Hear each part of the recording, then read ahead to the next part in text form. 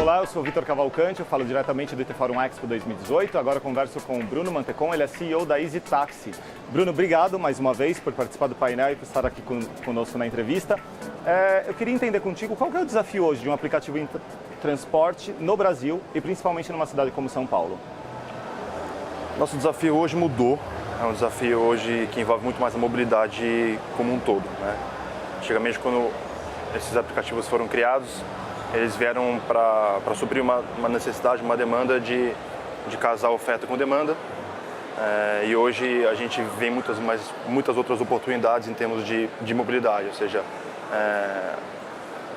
o transporte da casa até o metrô, do metrô até o trabalho, do trabalho até o cinema, do cinema até a casa da namorada ou do namorado e de lá para casa de volta. Então, hoje as pessoas se locomovem de outras maneiras que não somente ponto A, B e A. E hoje o desafio é tentar ser uma solução de multimobilidade de verdade, né? Para impactar tanto o usuário quanto a nossa cidade. Eu lembro que o Easy acabou sendo um dos precursores no Brasil, né? Quando lançou para táxi mesmo, era a coisa mais, até dentro do nome mesmo do aplicativo que surgiu, e depois foi expandindo. Agora você vê uma conexão muito mais forte com o transporte público hoje, até para facilitar e conectar esse tipo de locomoção, seja com uma bicicleta, seja com o metrô, com um ônibus e complementar o trajeto com um táxi ou com um outro tipo de carro, alguma coisa nesse sentido? Sim, já existem estudos que mostram que as pessoas cada vez mais conectam o que a gente chama de first e last mile, né? Que essa milha, essa perna curta da casa até o metrô. Hoje elas fazem ou de táxi, ou fazem de bike, ou fazem a pé. E sim, cada vez mais como a evolução da tecnologia e de empresas como a nossa é mais rápida do que a evolução de infraestrutura pública, infelizmente. Nós estamos aqui para tentar suprir essa deficiência. Legal. Quando a gente fala de mobilidade urbana, a gente sempre pensa em São Paulo, porque é a cidade mais complexa do Brasil, é muita gente, muito carro, vias imensas e chove, para, alaga, mas a gente tem outros desafios em cidades brasileiras que são menores. Você vai para Sorocaba, já tem trânsito, ou você pega uma Manaus que está lá no meio da floresta amazônica. Para vocês tem muita diferença trabalhar nessas cidades com contextos culturais diferentes também? Ou São Paulo acaba sendo mais complexa pela natureza e pela quantidade de pessoas e de carros? Boa pergunta. São Paulo, a gente estava falando sobre isso aqui mais cedo no evento, né? São Paulo é a principal cidade do mundo em termos de mobilidade, para todos os mercados de todas as empresas. Para nós, para 99, para Uber, para todos os players, São Paulo é a principal cidade. Porque São Paulo é muito grande, porque São Paulo tem um fluxo muito diverso de movimentação, turismo, trabalho, passeio, lazer, etc.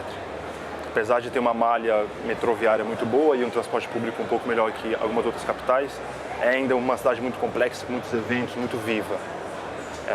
E eu sempre costumo brincar lá na empresa que eu sempre falo que São Paulo não é Brasil, São Paulo é um caso à parte.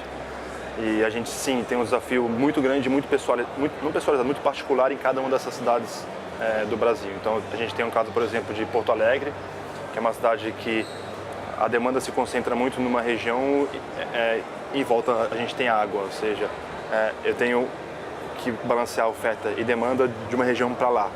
Rio de Janeiro é uma outra cidade que tem uma outra realidade que não somente cultural, mas geográfica muito interessante, né? Que ela é cravada em montes e bairros entre eles, né? Morros com bairros entre eles e água, etc.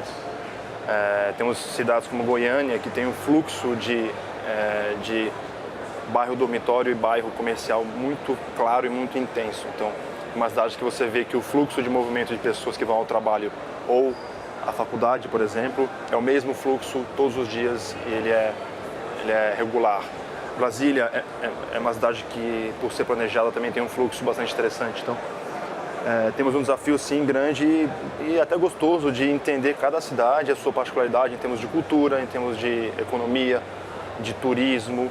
Temos cidades que o movimento de oferta e de demanda ela muda muito em função de turismo. Então, cidades litorâneas como Recife, Rio de Janeiro, Fortaleza, são cidades que têm um turismo muito mais intenso em épocas específicas e a gente tem que se adaptar a isso. É bem interessante. São Paulo, por exemplo, é uma cidade com uma intensidade muito grande de corridas feitas a lazer e a trabalho. E então tem um movimento um pouco mais linear. Não sofre tanto com essa sazonalidade de cidade turística, né? Porém, quando a gente tem eventos como esse, por exemplo, que são eventos muito grandes, a gente sente um movimento de mudança muito repentino. Então, sim, a gente tem que estar sempre se adaptando, sempre entendendo a realidade da cidade. Isso acontece em tempo real. Agora, olhando para o futuro, para a gente encerrar, o que você entende que vai ser a sacada ou a grande virada de um aplicativo de mobilidade urbana e principalmente vendo um futuro onde a gente vê cada vez mais próximo a chegada de veículos autônomos? Eu vejo que o desafio, como eu falei no começo, é a criação e a manutenção de uma plataforma de verdade, multimobilidade. Ou seja, fazer com que as pessoas... O futuro, a gente vê muito o futuro como você vai sair da sua casa, você vai abrir uma aplicação que ela vai te entregar no seu destino e você vai voltar sem fazer mais nada. Seja de bicicleta, de moto, de carro, de ônibus, de avião, de metrô. Então, a gente acredita muito em essa multimobilidade, uma plataforma que te ofereça diversas opções de mobilidade e que você esteja dentro dela para tudo isso seria o futuro. Falando um pouquinho sobre carros autônomos, para nós aqui no Brasil ainda é uma realidade um pouco mais distante por conta de infraestrutura das cidades, por conta de aspectos legais e muitos regulatórios, mas eu particularmente não acredito que seria uma quebra de paradigma em relação à profissão do taxista, por exemplo. A gente acredita que quando isso chegar, a profissão vai se adaptar. O carro vai ser um meio de oferta de serviço. Então as pessoas vão continuar usando alguma caixa com rodas e dentro desse ambiente essa interação vai sempre existir entre 2 ou 3 pessoas. Então eu acho que vai ser uma evolução maior do que uma involução. Essa adaptação vai ter que acontecer e não vai ser só para o taxista, vai ser para diversas profissões. Várias profissões para vários mercados. Hoje mesmo de manhã a gente estava discutindo sobre futuro, Brasil digital e todo um contexto de inclusão que precisa ser pensado. E a gente tinha um dos presidentes falando que na empresa dele o projeto de digitalização não afetava só o call center, mas afetava toda a equipe de advogados, por exemplo. Então tinha advogados sendo substituídos por uma inteligência artificial, mas que estavam sendo reutilizados em outras coisas. Então tem uma ressignificação das profissões também com isso, né? Mas legal, Bruno, obrigado, prazer conversar contigo. Obrigado a você. Eu sou Vitor Cavalcante, falei direto do IT Forum Expo 2018. A gente se vê. Até a próxima.